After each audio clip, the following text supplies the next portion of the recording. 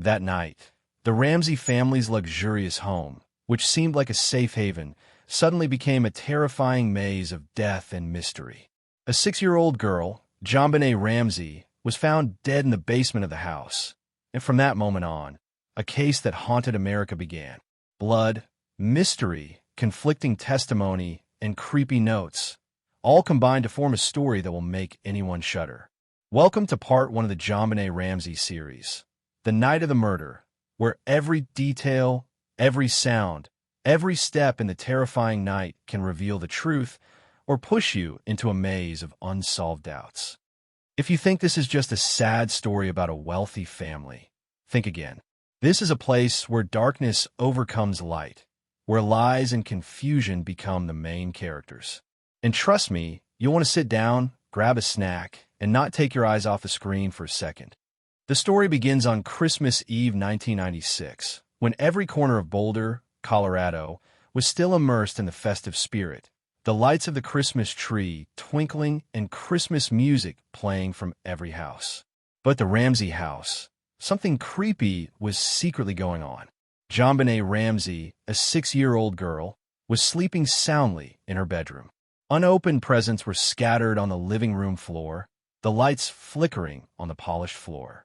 Her parents, John and Patsy Ramsey, thought that Christmas Eve would be a peaceful night. But then, an urgent phone call the next morning shattered everything. Police were called to the house at about 8:52 a.m. on December 26th, when John Ramsey found his daughter lying motionless in the basement, with a strange note left on the kitchen table. The narrator interjects, "If you think a note is just a normal piece of paper, usually imagine it as long, strange, and full of unreasonable requests, as if the writer were both threatening and writing a letter to Santa Claus in the most creepy way." The first investigators entered, immediately feeling a space that was both familiar and terrifying. The basement, which had been a place of ordinary living things, had now become a murder scene. The light from the police flashlights reflected on the white walls, highlighting every little detail. The ladder, the ropes, the dried blood, and especially the face-covering bag found near JonBenét's body. The narrator winked at the audience. If you think this is just an ordinary night, imagine the investigator standing there, muttering, "Oh my God," as he hurriedly took notes, and believe me, your heart will race when you hear the next details. Soon after, the press rushed to the scene. Cameras, reporters, and photographers pointed their lenses at every corner of the Ramsey house.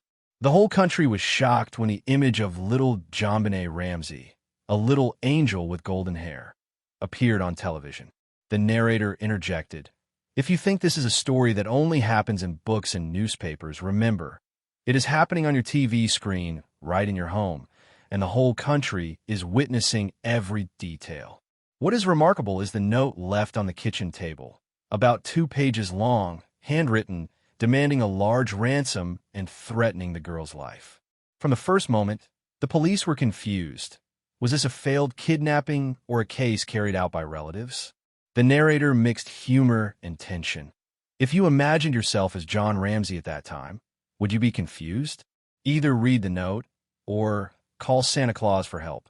But trust me, no Santa Claus is fast enough to save the day. Immediately, Boulder police began to cordon off the scene. Anyone who entered was subjected to a thorough search. Every trace, from hairs, fingerprints, bloodstains, to buttons, was collected. The narrator chimes in, "If you think the investigators just stood there and took notes, imagine them bending over, leaning over, saying, 'Holy shit, who would do this?' And you'll understand the thrill." The initial investigation questioned her parents, John and Patsy Ramsey. The pressure of the media, public opinion, and the relentless questioning from the press forced them to present every little detail of that terrible night. The narrator chimes in, "If you think JonBenét's parents were just crying, imagine them answering questions, trying not to grimace, sighing, as if each answer was a punch to the heart." But what was even more bizarre was the presence of the note and the incongruous evidence. It made the case more complicated than anything the police had ever seen. The note's writer not only demanded ransom, but also created a macabre mind game, sending investigators into a maze of assumptions. Was this an outside kidnapping or an inside kidnapping? Meanwhile, forensic experts began to analyze JonBenét's body. They took detailed notes of injuries, signs of strangulation, and other anomalies. Each detail, however small, opened the door to a series of theories, leaving viewers both horrified and wanting more. The narrator interjects, humorously, "If you think forensics just look and take notes, imagine them leaning over and saying, 'Oh my gosh, I just found something important.'" And trust me, you'll want to jump out of your chair when you watch this part. The story becomes more and more complicated as the Ramseys provide information about the night before, and sporadic witnesses emerge from maids, friends, and neighbors. Each brings a different piece of the puzzle, but it's these pieces that create puzzling holes in the overall picture. The narrator chimes in, "If you imagine yourself assembling a puzzle, imagine pieces disappearing and reappearing in strange ways, just like this case. And then blood flows, cameras pan for detail, police gather evidence, and the public begins to ask, was this a..." Welcome back to the second part of the JonBenét Ramsey story. If you thought the night of terror ended when she was discovered, prepare yourself. The investigation is a maze without a way out. And trust me, you'll want to scream and then laugh at the unbelievable details the police faced. Upon entering the Ramsey home the next morning, Boulder police immediately realized that all was not as it seemed. On the kitchen table, a ransom note had investigators hunching over to read and reread, wondering, who would write this? The note was long, in a bizarre handwriting that was both threatening and a spooky Santa Claus speech. If you imagine an investigator reading the note, you can picture them frowning, scratching their head, saying, "Oh my gosh, I just saw someone's fingerprints. But wait, who would write a note like this?" And yes, that question would haunt them for years to come. The basement where JonBenét's body was found became the center of the investigation. Investigators took pictures, measured, recorded, and collected everything from fingerprints to hair to blood, but the more they worked, the more they realized that the scene had been tampered with. Some of the evidence looked fake, as if someone had intended to throw the police off the trail from start.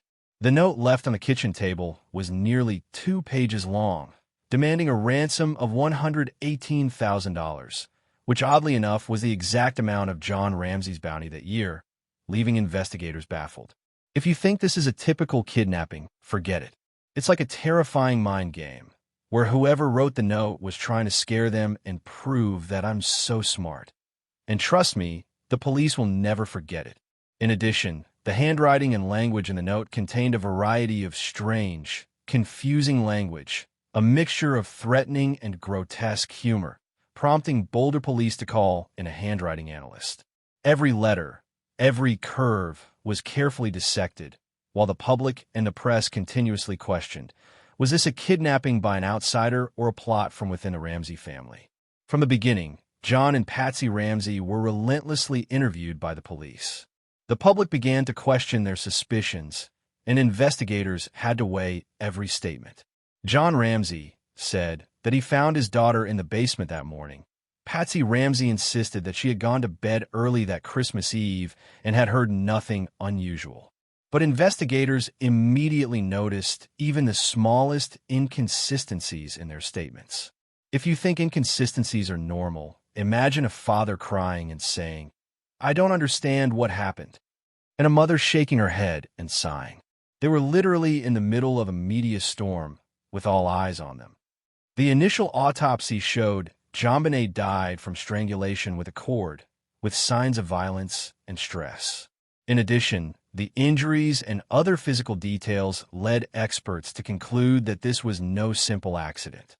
If you imagine the medical examiner looking at the body, imagine them leaning over and saying, "Holy shit, what did this girl go through?" And it's those little details that open up a whole maze of theories about who did it. As soon as the news broke, the press flooded Boulder, making the entire investigation public. Reporters, cameras, and articles put enormous pressure on the police and the Ramsey family. If you imagine John and Patsy trying to answer questions, imagine them smiling and gasping for breath. Each answer was like a mind game with the press, where every little detail could be exaggerated. Witnesses emerged, from neighbors, friends to the maid, each bringing a different piece of the puzzle, but also creating holes, conflicting theories. The police had to record every little detail: noises times suspicious behavior. If you imagine putting together a puzzle, imagine pieces disappearing and reappearing strangely. And these pieces make you shudder and want to scream. Who did this? Boulder police had to consider a series of theories. The abduction failed from the outside. The bad guys could have entered the house, leaving notes to distract. Family members. Were the parents involved? Who had a motive? A familiar stranger, a neighbor, a friend, or a housekeeper? Who knows the family schedule? If you picture the investigators sitting down, think of them shaking their heads, typing notes, saying, "Oh my God, who could have thought of this?" And you'll understand why this case has become an investigator's nightmare. Every step the police take is challenged. The scene is chaotic. The evidence is confusing. The notes are menacing and bizarre. The family and witness statements are contradictory. The pressure from the public and the media is immense. If you think the police can just come in and collect evidence and be done with it, think again. This is like a game of hide and seek with millions of viewers, and any detail could be a clue or a trap. Chapter 2 ends with a suspenseful, open-ended question. Who wrote the terrifying note? Are the parents really innocent? Who entered the house without anyone noticing? Don't look away, folks. If you think everything is clear, prepare for twists, unexpected clues, and crazy theories in Chapter 3. Every little detail will leave you bewildered, shocked, and laughing. Because sometimes reality is stranger than fiction. Do you think the Ramsey parents are innocent, or are there signs of suspicion? Welcome back to the third installment of the JonBenét Ramsey case. If you thought Chapter 2 was confusing enough, congratulations. Chapter 3 is the crazy roller coaster that any investigator would love to scream and cry about. Now, buckle up, because we're about to plunge into a world of forensic evidence, bizarre handwriting analysis, and suspects you'd never expect. Once the notes are collected, the handwriting analyst enters like an American Sherlock Holmes. They compare every curve, every space between letters, every special character. The narrator adds humor. If you imagine this expert tilting his head, pursing his lips, and muttering, that's a little like someone I know, you're right. This is what happens over hours, with a mountain of paper and cold cups of coffee. The initial results left Boulder police both nervous and confused. The note did not resemble her parents' handwriting, but it was not exactly that of a typical outsider. Some of the strokes, spacing, and signature style showed experience with writing, but there was also a deliberate awkwardness, as if someone wanted to both intimidate and mislead the investigators. This opened up a new set of theories. Was there a sophisticated outsider involved, or was this a sick, meticulously planned prank? The initial forensic evidence was at the center of the debate. JonBenét died from being strangled with an electrical cord from the kitchen, and signs on her body suggested she had been surprised and unable to fight back. Forensic experts noted residual blood and sweat on the basement doorknob, suggesting the physical location of the killer. A few hairs did not belong to the Ramseys, but the number was too small to make a definitive determination the killer's body. Bruising on JonBenét's body suggests she may have been restrained before being strangled, raising the question of a second person's assistance. The narrator chimes in. If you imagine the medical examiner looking at the injuries, imagine them scratching their heads and saying, "Oh, what has this boy know? What has this girl been through?" And it's these little details that make every theory more complicated and mind-bending than ever. From the start, John and Patsy Ramsey were the center of attention. Interviews lasted for hours. The media kept calling, and the public kept asking, were the parents involved? Minor inconsistencies in their statements, such as the time of discovery or Patsy's actions that night, prevented the police from completely ruling them out. However, forensic experts also found no trace of the killer's structure in the parents' blood or DNA, creating a paradoxical contradiction. They were both suspects and possibly innocent. If you imagine the Ramsey parents crying as they give interviews, imagine them like actors in a horror movie, each answer both truthful and suspicious. And you will see, the picture becomes more and more confusing. The investigators did not rule out the possibility of an intruder. They checked windows and doors. No signs of forced entry, but there were unusual traces of dirt. Neighbors all confirmed that they had not seen anyone suspicious. Housekeepers and family friends.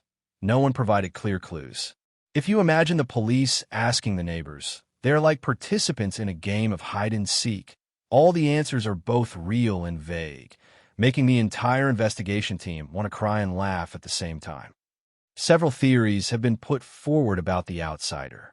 A lover who haunts JonBenét, an old family enemy, a complete stranger, sophisticated and mysterious, who leaves a ransom note. But all the theories contradict each other, forcing investigators to create a confusing map of clues. Neighbors, friends, and people who were in the house the night of the murder each offered small details that conflicted with other accounts. For example, a neighbor claimed to hear strange footsteps around 2 a.m. A maid reported seeing Patsy moving around the house late at night. A family friend mentioned seeing unusual lights in the basement. If you imagine putting together a puzzle, imagine the pieces shifting, dancing, and seeming to tease you, and it will make you both shiver and laugh. A major turning point came when a strange DNA sample turned up in the basement, not belonging to either JonBenét or her parents. This opened the door wide for the outsider theory and divided public opinion. Some believed the family was innocent, others suspected internal guilt. If you picture the DNA experts looking at their computer screens, imagine them grimacing and muttering, "Oh my God, how did this happen?" And it was this little detail that would become a major clue later. As soon as the forensic evidence and handwriting were released, the press descended on Boulder like a swarm of bees. Cameras, reporters, and articles kept coming up with theories, turning every little detail into a national scandal. If you picture the Ramseys giving interviews, picture them pursing their lips and nodding, "Maybe I just walked into a media storm and didn't know how to get out." And that's what created the constant firestorm for the police. Investigators and experts drew up a list of potential suspects. The Ramseys, an outsider with skills and motives. A housekeeper or family acquaintance. A sex addict or random killer. Each theory has its pros and cons, and it is these conflicts that make the case both creepy and bizarre, leaving the public doubting and confused. Chapter 3 ends with a dramatic, open-ended question. Who is the real killer? Is the handwriting the decisive clue? Who does the strange DNA evidence lead to? Are the Ramsey parents innocent or suspicious? Guys, if you think everything is clear, then prepare for Chapter 4. The storm will continue, the evidence will be challenged, and the suspects will be revealed in a way crazier than any movie script. Can you guess who the killer is? What secrets with a handwriting? Welcome back, folks. If you thought Chapter 3 had you thinking, Chapter 4 is an investigative roller coaster where everything you believed will be tested and turned upside down. Brace yourself. Clues, suspects, and unexpected twists await, and sometimes you'll laugh at the sheer insanity of this case. From the very beginning, the Ramseys' basement is the focal point of the investigation. The police examine every nook and cranny, every stain on the floor, every peeling paint on the walls. It's a scene both serious and humorous. The investigators shuffle awkwardly, flashlights in hand, thinking, what in the hell is in this basement that's driving us so crazy? Forensic experts found strange marks on the wooden ladder. Someone had climbed it or put something heavy down. A small rope near the area where the note was hidden, which could have been used to strangle or tie something. Small pieces of JonBenét's toys, which raised suspicions that the family or an outsider used a familiar object in the plot. Seemingly small details turned out to be important clues, forcing the investigation team to create a detailed map of the killer's every move in the house. The strange DNA sample that emerged from the basement became the center of all the debate. No one in the family had this type of DNA, and investigators quickly compared it to criminal databases. If you imagine DNA experts looking at a computer screen, imagine them frowning and muttering, "Oh, this doesn't belong to anyone," or "Does it belong to an alien?" And the confusion will make you both shudder and laugh. Some early theories. The intruder was someone the family knew, skilled, and knowledgeable about the house. The person haunting JonBenét accidentally snuck in, leaving behind DNA traces. A kidnapping, but so meticulous and sophisticated that investigators suspected an underlying plot. The ransom note remains the most puzzling clue. Experts continue to analyze every stroke, letter spacing, and special character. Of note, the writing appears threatening but staged, as if the killer wanted to test the intelligence of the police. Some details, such as the unusual slanted dots on the eye, suggest that the killer deliberately created the fake mark. Combined with the strange DNA, the police were unable to immediately identify the killer, but this clue opened up a new line of investigation. Someone outside the family, but not perfect. The narrator interjects humor. Imagine a handwriting expert leaning forward, pursing his lips and muttering. Perhaps the killer wanted to both threaten and make us laugh. And you will see, the case is both more horrifying and more humorous than you might imagine. Although DNA and handwriting support the outsider theory, the police do not rule out the possibility of an insider. They interview each member, checking their habits, schedules, and unusual behavior. Notable points. John Ramsey has a nervous demeanor, repeatedly overreacting to simple questions. Patsy Ramsey always maintains an oddly calm demeanor, even smiling slightly when asked about sensitive details. JonBenét's brother, Burke Ramsey, was a child at the time, but his statements and behavior were closely monitored. If you imagine the investigators questioning each family member, imagine them as participants in a game of guessing the laugh. Every reaction being analyzed, and you will see the line between suspicion and innocence is paper-thin. A major twist came when a small item from the living room was re-examined. A forgotten sports stick, which the forensic team found to have JonBenét's blood on it. The location of the stick and the direction in which the note was hidden did not match the family's initial statements. This forced investigators to re-examine the entire sequence of events, opening up the possibility that the killer moved the item to create a distraction. If you imagine the investigators looking at the stick, they were like kids who found treasure in their yard, wondering and wanting to say, "What the hell is going on?" And that made the case even more confusing. Experts began to build a profile based on the evidence. JonBenét's attacker was sophisticated, knowledgeable about the home and family routines, knowledge of the human body, knowing how to inflict injuries without leaving visible traces, stage skills, including threatening notes, arranging objects, creating the illusion of kidnapping. Imagine an evil person who is both a genius at staging and a master at teasing investigators. It's like playing chess with the police, but the board is both a house and a gruesome crime. International press and media have been relentlessly exploiting every detail, from the odd handwriting, strange DNA, to family suspicions. The image of Ramsey's parents appearing on TV with confused but polite looks has divided the public. Some believe they are innocent. Others suspect they are involved. The day the article appears, public opinion is guided that day. Online, people analyze every word, every gesture, as if the case were an interactive TV show. If you imagine the entire online community analyzing every stroke, you will see the case as a horror game mixed with humor, where people are both scared and want to laugh. Chapter 4 ends with a dramatic open-ended question, leading to the conclusion. Who is the killer, an outsider or an insider? What will the DNA and handwriting reveal? Will the missing clues change the entire investigation? How will the media and public opinion influence the legal decision? If you think you know everything, Chapter 5 will prove you haven't seen the half-truth. Every mystery will be revealed, every doubt will be challenged, and you will laugh, cry, and like endlessly at the final twist. Can you guess who the killer is? What secrets will DNA, handwriting, and missed clues reveal? Like, subscribe, and ring the bell so you don't miss. Hello, everyone. And if you've been glued to your screen since the previous parts, Chapter 5 is the final chilling adventure, where every suspicion, every clue will be tested and revealed. Prepare yourself. We are about to enter the heart of that terrible night. And sometimes you will laugh at the strangeness of this case. Early that morning, the The Ramsey house was quiet, sunlight filtering through the curtains, but the peace was a thin veneer. Witnesses and investigators described. The house showed no signs of major disturbance, except in the basement and living room. The faint blood on the baseball bat, analyzed in Chapter 4, was the first clue that JonBenét had been attacked inside the house. The ransom note remains one of the most puzzling mysteries, both menacing and extremely elaborate.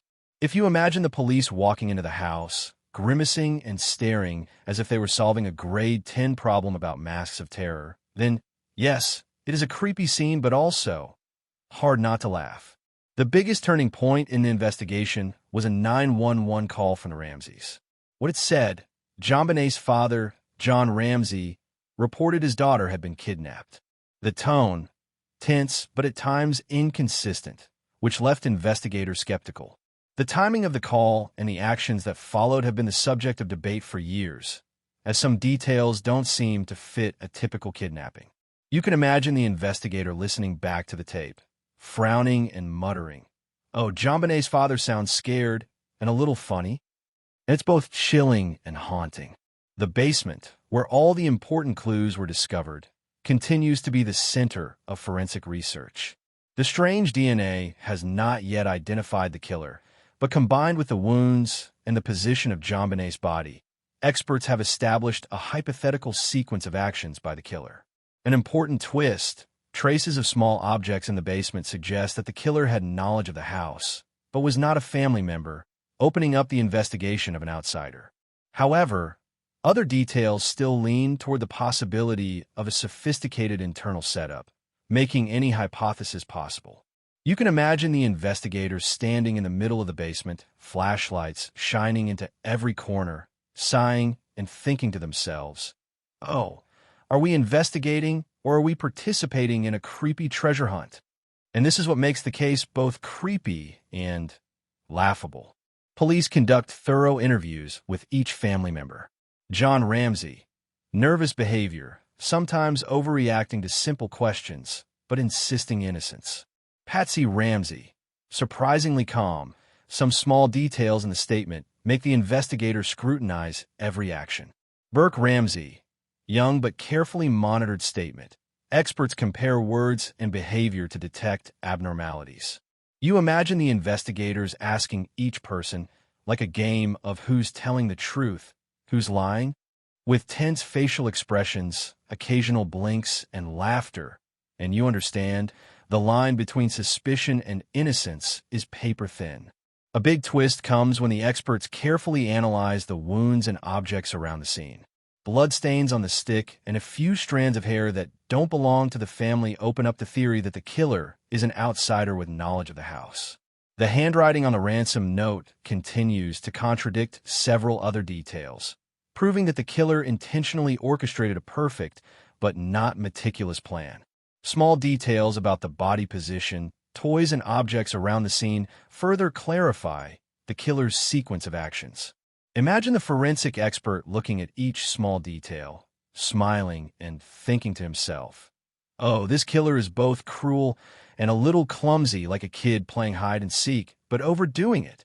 And it's this mix of horror and humor that keeps you glued to the screen. The clues are integrated into a complex network. Unknown DNA, unidentified, but matches a sample in a criminal database, opening up new avenues of investigation. Handwriting shows the killer has staging skills, but still leaves out careless details. A nearby security camera provides a vague image, but enough to confirm that there was an outsider moving around the area on the night of the terror. Imagine the investigator reviewing hundreds of camera frames, eyes narrowed, shivering and muttering. "This looks like a horror movie, but it's real life." And you will see, the case is both fascinating and unpredictable. The final hours of the night are recreated in gruesome detail, but still mixed with humor. The perpetrator enters, moving carefully around the house.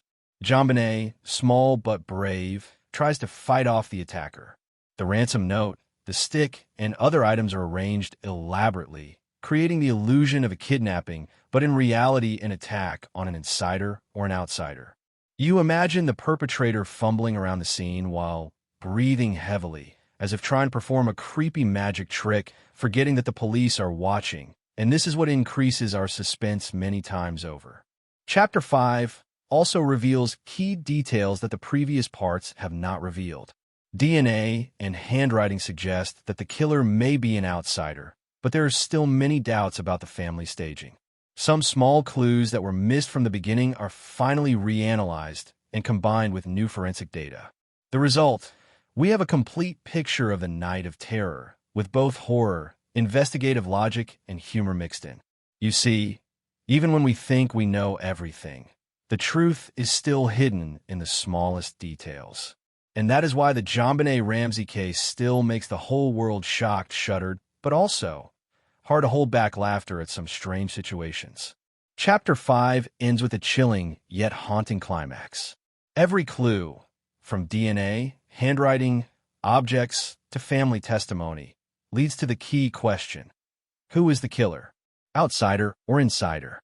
The chain of events that night is now fully recreated, but still contains mysteries that have not been fully solved. Investigators and forensic experts can only put the clues into the most likely logical order, but public opinion and the media continue to put pressure on. So, can you guess who the killer is? Can you find the clues that the police missed? Get ready, because Part 2 will be an unprecedented adventure, where we will listen to the 911 call that shocked America, explore the first reactions of the family and the police, and enter the tangled vortex of the real investigation. Do you think the case is horrifying enough? If you think you know all the details, you are completely wrong. Part 2, JonBenét Ramsey, the 911 call that shocked America, will put you in the heart of the case, listening live to the shocking call, analyzing the initial reactions of the police and family, and uncovering the secrets that have never been revealed. Like, subscribe, and turn on notifications so you don't miss the next part. Part 2 promises to make you shiver, laugh, and glued to the screen from start to finish, just like we did in this tense Chapter 5. Are you ready?